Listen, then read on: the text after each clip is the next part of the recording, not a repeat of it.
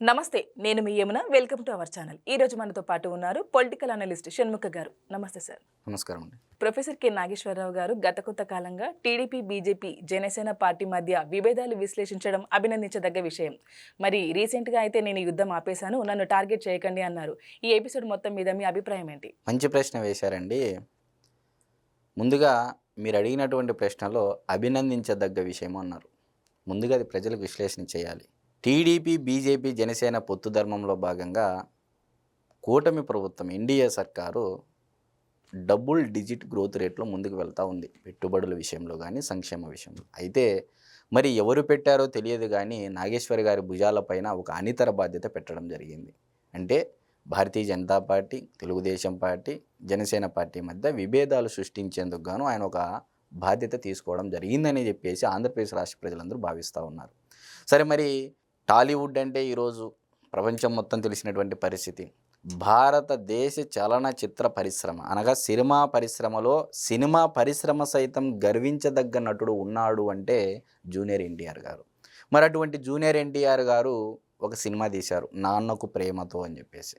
So మరి నాగేశ్వర్ గారు కూడా మా గురువు గారు కాబట్టి, మరి ఆయనకు కూడా తెలుగుదేశం పార్టీలో ఉన్నటువంటి ఫాలోవర్స్ చాలామంది ఉన్నారు కాబట్టి, ఆయన చెప్తున్నారు కాబట్టి, అందులో నేను ఒకడిని కాబట్టి ఆయనకు ఒక అభిమానిగా నేను కూడా ఈ వీడియో ముఖంగా విశ్లేషణ చేయదలుచుకున్నా ఉన్నా. మరి ప్రొఫెసర్ నాగేశ్వర్ గారి మీద ప్రేమతో అని ఒక టైటిల్ చెప్తూ, మరి ఆయన ఏదో తనకు తెలిసినటువంటి విధంగా మోడీ గారి దగ్గరికి వెళ్ళి, చైర్ దగ్గరికి వెళ్ళి, రహస్య గదిలోకి వెళ్ళి వినేసి అంతా వచ్చి చెప్పినట్టుగా ఆయన చెప్పడం జరిగింది. సరే, ప్రజలంతా గత 3 రోజుల నుంచి ఇదే జరిగింది.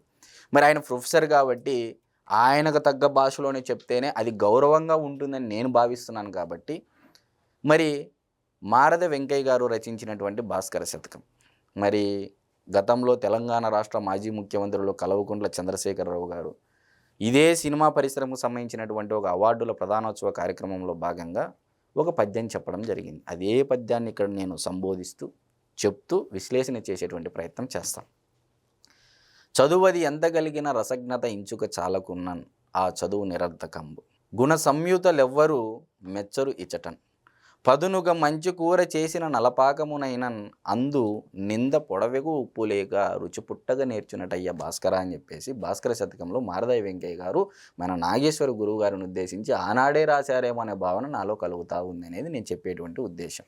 మరి చదువది ఎంత కలిగిన, మరి ఆయన ప్రపంచంలో ఉన్నటువంటి అన్ని విషయాలపైన అవగాహన ఉన్నటువంటి మేధావిగా అందరూ భావిస్తారు కాబట్టి చదువది ఎంత కలిగిన రసజ్ఞత ఇంచుక చాలకున్నాను అంటే విచక్షణ జ్ఞానము ఇంచుక చాలకున్నాను, అది లేకపోతే ఆ చదువు నిరర్ధకంబు, వ్యర్థము అనేటువంటి భావన మాలాంటి అభిమానులకు కలుగుతూ ఉంది అనేది నా యొక్క ఉద్దేశం. మరి గుణ సంయుతులెవ్వరూ మెచ్చరు ఇచటన్ అనగా గుణవంతులు, ఉత్తమ గుణములు కలిగినటువంటి వారు, రాజకీయ చైతన్యం ఉన్నటువంటి వారు, ఆంధ్రప్రదేశ్ రాష్ట్ర ప్రజలు, ఆంధ్రప్రదేశ్ రాష్ట్ర యువత, అక్క చెల్లి, అన్న తమ్ముడు, అవ్వ తాత, కులాలకు అతీతంగా, మతాలకు అతీతంగా, ప్రాంతాలకు అతీతంగా ఎవ్వరూ మెచ్చరు మీ విశ్లేషణను ఈ విధంగా చేస్తాయని చెప్పేసి నేను భావిస్తూ ఉన్నా. మరి పదునుగా మంచి కూర నలపాకము చేసిననైనా, ఇప్పుడు మనం అందరం చూస్తూ ఉంటాం, మార్కెట్కి వెళ్ళి కొత్త కూరగాయలు తెచ్చుకొని నీట్గా శుభ్రం చేసి వంట చేసిన అందులో అంటే పొడవెగు అంటే ఇంచు అయినా, అంటే మనం ఇట్లా పట్టుకుంటాం కదా ఉప్పు, ఆ ఉప్పు లేకపోతే రుచి పుట్టక నేర్చునట్టయ్యా భాస్కర అంటే రుచి ఎలా వస్తుంది, ఆ వచ్చినటువంటి రుచి లేనటువంటి శరీరానికి ఎలా వంట పడుతుంది, నాలుక స్వీకరించదు అనేటువంటి భావన నాకు అర్థమవుతూ ఉంది. అంటే ఇక్కడ ఉప్పు ప్లేస్లో నేను నిజం తీసుకుంటా ఉన్నా. అంటే మన నాగేశ్వర్ గారు, మన గురువు గారు టీడీపీ, బీజేపీ, జనసేన మధ్య విభేదాలు వచ్చేటువంటి విధంగా మరి ఆయనను అభినందించాలి ఈ విషయంలో. ఎందుకంటే ఆయన భుజాలపైన ఒక అనితర బాధ్యత పెట్టారు. ఎవరు పెట్టారో ఆయన చెప్పరు. మరి ఆయన చేసేటువంటి విశ్లేషణలో నిజం లేకపోతే పైన చెప్పిన విధంగా ప్రతి ఒక్కరూ ఎవరు రుచించదు అది మా రాష్ట్ర ప్రజలకని చెప్పేటువంటి నా ప్రధానమైనటువంటి ఉద్దేశం. కాబట్టి మీ యొక్క గౌరవాన్ని మీరే తీసేసుకుంటూ, మీరే సెల్ఫ్ గోలు వేసుకుంటూ, తెలుగుదేశం పార్టీ వాళ్ళు నన్ను టార్గెట్ చేస్తున్నారు, జనసేన పార్టీ వాళ్ళు నన్ను టార్గెట్ చేస్తున్నారు, వాళ్ళు టార్గెట్ చేస్తున్నారు, వీళ్ళు టార్గెట్ చేస్తున్నారు, తద్వారా నాకు రీచ్ పెరుగుతుంది, సబ్స్క్రైబర్ పెరుగుతున్నారని చెప్పేసి మళ్ళా తెరపైకి రావడం జరిగింది.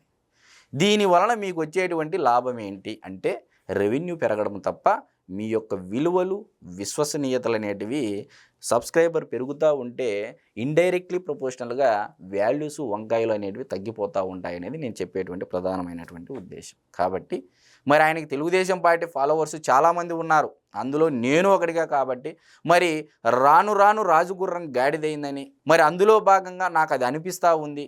మరి నాగేశ్వర్ గారు ఏంటి ఒకప్పుడు ఎలా ఉండేవారు, మరి అలాంటి రాజుగుర్రము ఆ మేధావితనం కాస్త మేతావితనంగా మారి ఎక్కడికి పోతుంది ఈ మేధావి అని చెప్పేసి అనే భావన మా రాష్ట్ర ప్రజల్లో కలుగుతూ ఉంది, యువతలో కలుగుతూ ఉంది, అతి ముఖ్యంగా ఆయన అభిమానిగా నాలో కలుగుతూ ఉందని చెప్పడంలో ఎటువంటి అతిశయోక్తి లేదు. ఇందు మూలంగా నేను చెప్పేది ఏంటంటే నాగేశ్వర్ గారి అభిమానులకు, నాగేశ్వర్ గారి ఛానల్లో ఫాలో అవుతున్నటువంటి వ్యక్తులకు నేను చెప్పేది ఏంటంటే ఒక్కసారి మనమందరం ప్రార్థన చేయాలి. ఎందుకంటే మంచో చెడో గ్రహాల ప్రభావమో లేకపోతే ఆయన మానసిక ప్రభావమో లేకపోతే ఆయన పైన ఉన్నటువంటి రాజకీయ ఒత్తిడి ప్రభావమో ఆయన దారి తప్పుతున్నారు. మన అందరం నమ్మేటువంటి మనం పాటించేటువంటి హిందూ ధర్మం ప్రకారము, సనాతన హిందూ ధర్మం ప్రకారము ఆదిదేవుడు ఆ వినాయకుడు కాబట్టి ఆ వినాయకుడిని ప్రార్థించాలి. అయ్యా ఆయనకు బుద్ధి సిద్ధి ప్రసాదించమని, ఆయన మంచి బుద్ధి కలగాలని చెప్పేసి నేను కూడా కోరుకుంటా ఉన్నా ఫాలోవర్స్ తరపున అని చెప్పేసి నేను మీడియా ముఖంగా తెలియజేసుకుంటా ఉన్నా. Thank you sir. నమస్కారం.